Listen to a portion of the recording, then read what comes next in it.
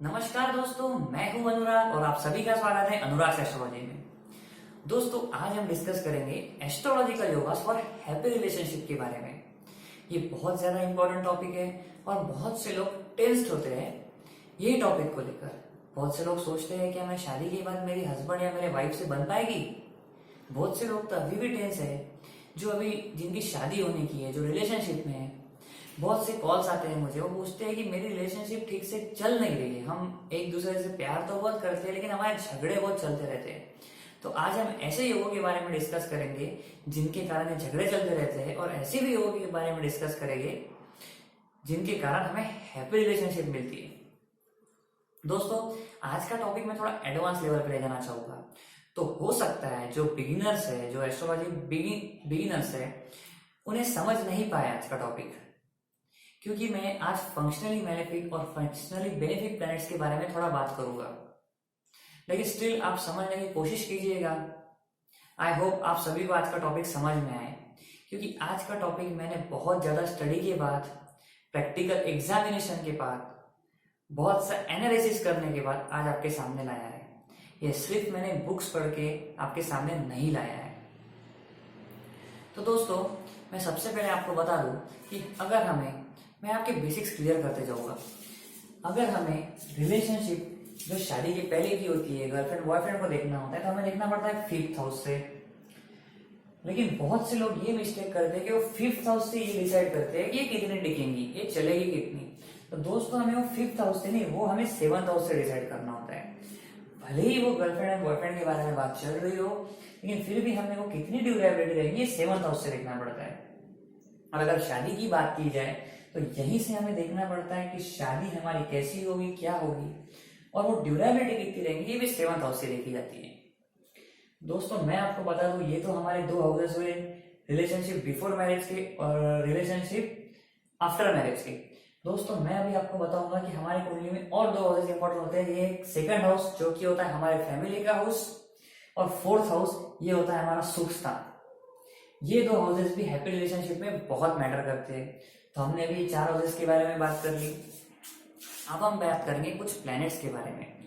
अगर कोई लड़की है और अगर उसके वो बॉयफ्रेंड के बारे में जानना चाहती है, तो उसे हमेशा देखना होगा मंगल की पोजीशन।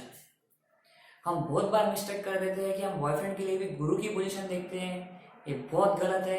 हमें लड़की के लिए, बॉयफ्रेंड के लिए देखनी पड़ेगी मंगल की पोजीशन, और हस्बैंड के लिए देखनी पड़ेगी गुरु की पोजीशन।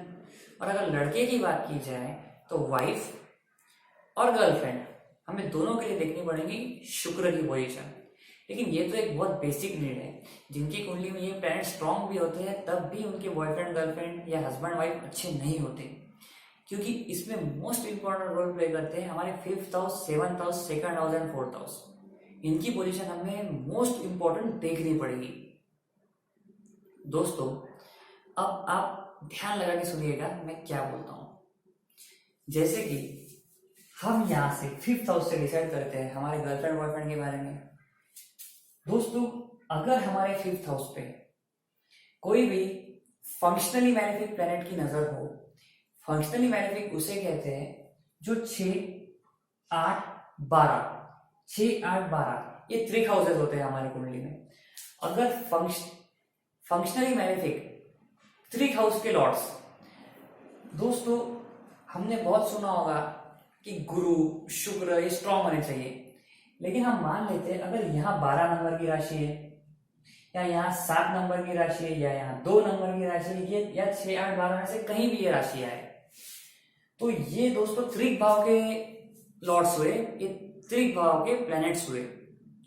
मैं आपको क्लियरली बता देना चाहता हूँ, ये बहुत बड़ी मिस्टेक है जो आज तक हम करते आ रहे हैं। हम हमेशा ही गुरु को अच्छा प्लैनेट मानते हैं, हम हमेशा ही बुध शुक्र को अच्छा प्लैनेट मानते हैं।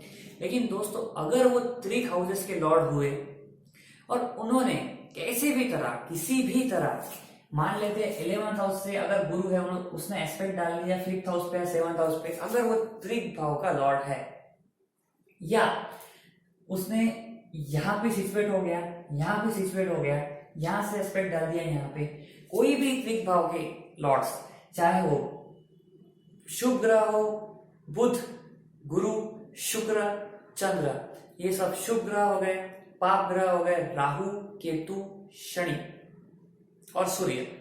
दोस्तों यहाँ पे मोस्ट इंपॉर्टेंट रोल प्लैनेट्स का होता है और हम सबसे बड़ी गलती करते हैं कि हम शुभ और अशुभ प्लैनेट्स को लेते हैं, लेकिन हम ये नहीं सोचते कि हमारे कुंडली के हिसाब से कौन सा शुभ है और हमारे कुंडली के हिसाब से कौन सा अशुभ है। मान लेते हैं अगर 8 लॉर्ड हुए शुक्र, हम शुक्र को ले लेते हैं क्योंकि शुक्र की अक्सर बात चलती है शादी के लिए। मान लेते हैं यहाँ 2 नंबर की राशि लिखी है टॉरस और यहाँ पे 2 नंबर की राशि के लॉर्ड हुए शुक्र, और अगर यहाँ पे शुक्र बैठे हो और अगर वो 5th हाउस को देख रहे हो या यहाँ पे शुक्र बैठे हो और वो 7th हाउस को देख रहे हो, तो जब भी इनकी महादशा या अंतरदशा आएंगी आपको बहुत ज्यादा प्रॉब्लम होने वाली है, क्योंकि भले ही वो नेचुरली बेनिफिक हो प्लैनेट, लेकिन यहाँ पे वो फंक्शन कर रहे हैं मैलेफिक का। हम बहुत बड़ी मिस्टेक ये स्टोन पहनने के टाइम भी करते हैं। बहुत से लोग कहते हैं कि आप पन्ना पहन लो आपका व्यापार अच्छा हो जाएगा, लेकिन हम ये नहीं देखते कि वो मेरे कुंडली के लिए शुभ प्लैनेट है या नहीं है।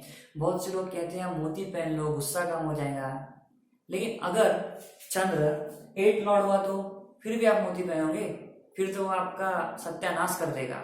ऐसी मिस्टेक हमें कभी नहीं करनी है।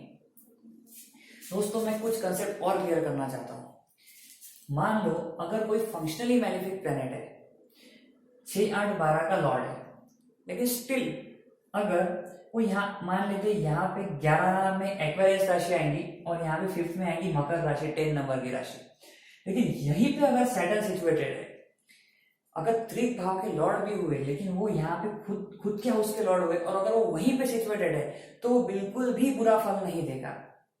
लेकिन अगर सैटर्न यहाँ से एस्पेक्ट डाल रहा है 5th हाउस पे या यहाँ से डाल रहा है 7th हाउस पे और वो यहाँ का लॉर्ड नहीं है तो पक्का बुरे फल देगा। दोस्तों मुझे लग रहा है कि आपको ये समझ नहीं आ रहा होगा, जो एस्ट्रोलॉजी जानते हैं उन्हें ही ये समझ रहा होगा, लेकिन आपको अच्छे से ध्यान देना है। आप गूगल सर्च कर सकते हो कि फंक्शनली मैलेफिक किसे कहते हैं, नेचुरली मैलेफिक किसे कहते हैं, फंक्शनली बेनिफिक किसे कहते हैं, नेचुरली बेनिफिक किसे कहते हैं। दोस्तों जब भी 5th और 7th हाउस का कनेक्शन फंक्शनली मैलेफिक प्लैनेट के साथ आएगा तो आपको रिलेशनशिप में प्रॉब्लम जानी ही जानी है। फिर हमें देखना पड़ता है हमारे 2nd हाउस में, 4th हाउस में, 5th हाउस में और 7th हाउस में पाप ग्रह है या शुभ ग्रह है। यहीं पे फिर से कंसेप्ट वही लागू होगा। अगर मान लेते हैं पाप ग्रह हुआ शनि, अगर यहाँ पे मकर राशि है या एक्वेरियस है तो ये हुआ आपकी कुंडली के लिए भाग्येश।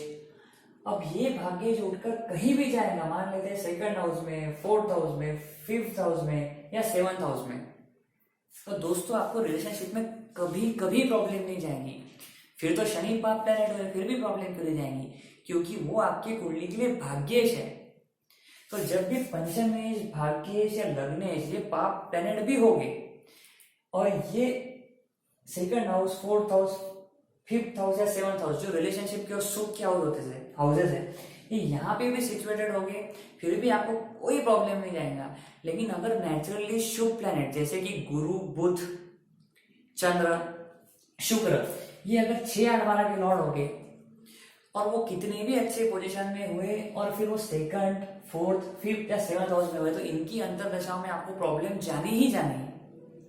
लेकिन आप एक तरीके से बच सकते हो, वो अगर 6, 8, 12 के लॉर्ड होंगे लेकिन वो साथ में 5th हाउस के ही लॉर्ड होंगे, 7th के ही लॉर्ड होंगे, 7th का लॉर्ड 7th में, 5th का लॉर्ड 5th में, 4th का लॉर्ड 4th में, 2nd का लॉर्ड 2nd में। जो हाउस का लॉर्ड अगर वही हाउस में सिचुएटेड होगा स्ट्रांगली तो वो हाउस को कभी खराब नहीं करेगा। लेकिन जो हाउस से वो अपने 7th हाउस को देखेगा वो हाउस को खराब कर देगा। मान लेते हैं यहाँ पे सैटर्न है 5th हाउस में, यहाँ से 7th हाउस कौन था हुआ, यहाँ से 7th हाउस 11। अगर सैटर्न के हाउस में है तो 5th हाउस को खराब नहीं करेगा, लेकिन वो 11th हाउस को जरूर खराब कर देगा, आपके लाभ को जरूर खराब कर देगा।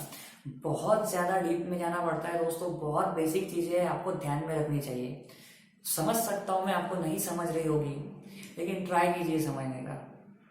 तो दोस्तों ये कुछ कंडीशंस हुई हैप्पी रिलेशनशिप के लिए। ये गलत फहमी में बिल्कुल मत रहिएगा कि राहु, केतु, शनि या मंगल ऐसे पाप ग्रह आपका बुरा कर सकते हैं। पाप ग्रह आपका कभी बुरा नहीं करेंगे अगर वो आपकी कुंडली में लग्नेश, पंचमेश, भाग्येश हो, और शुभ ग्रह आपका पूरा बुरा कर देंगे अगर वो आपकी कुंडली में त्रिजडायश या त्रिक भाव के स्वामी हो। दोस्तों छोटी छोटी चीजें हमें हमेशा ध्यान रखनी है, तभी हम कुंडली का अच्छे से विश्लेषण कर पाएंगे। आप सभी को जय श्री कृष्णा। अगर आप आपकी कुंडली मुझसे पर्सनली चेक कराना चाहते हैं तो आप मुझसे कांटेक्ट कर सकते हैं मेरे व्हाट्सएप नंबर पे।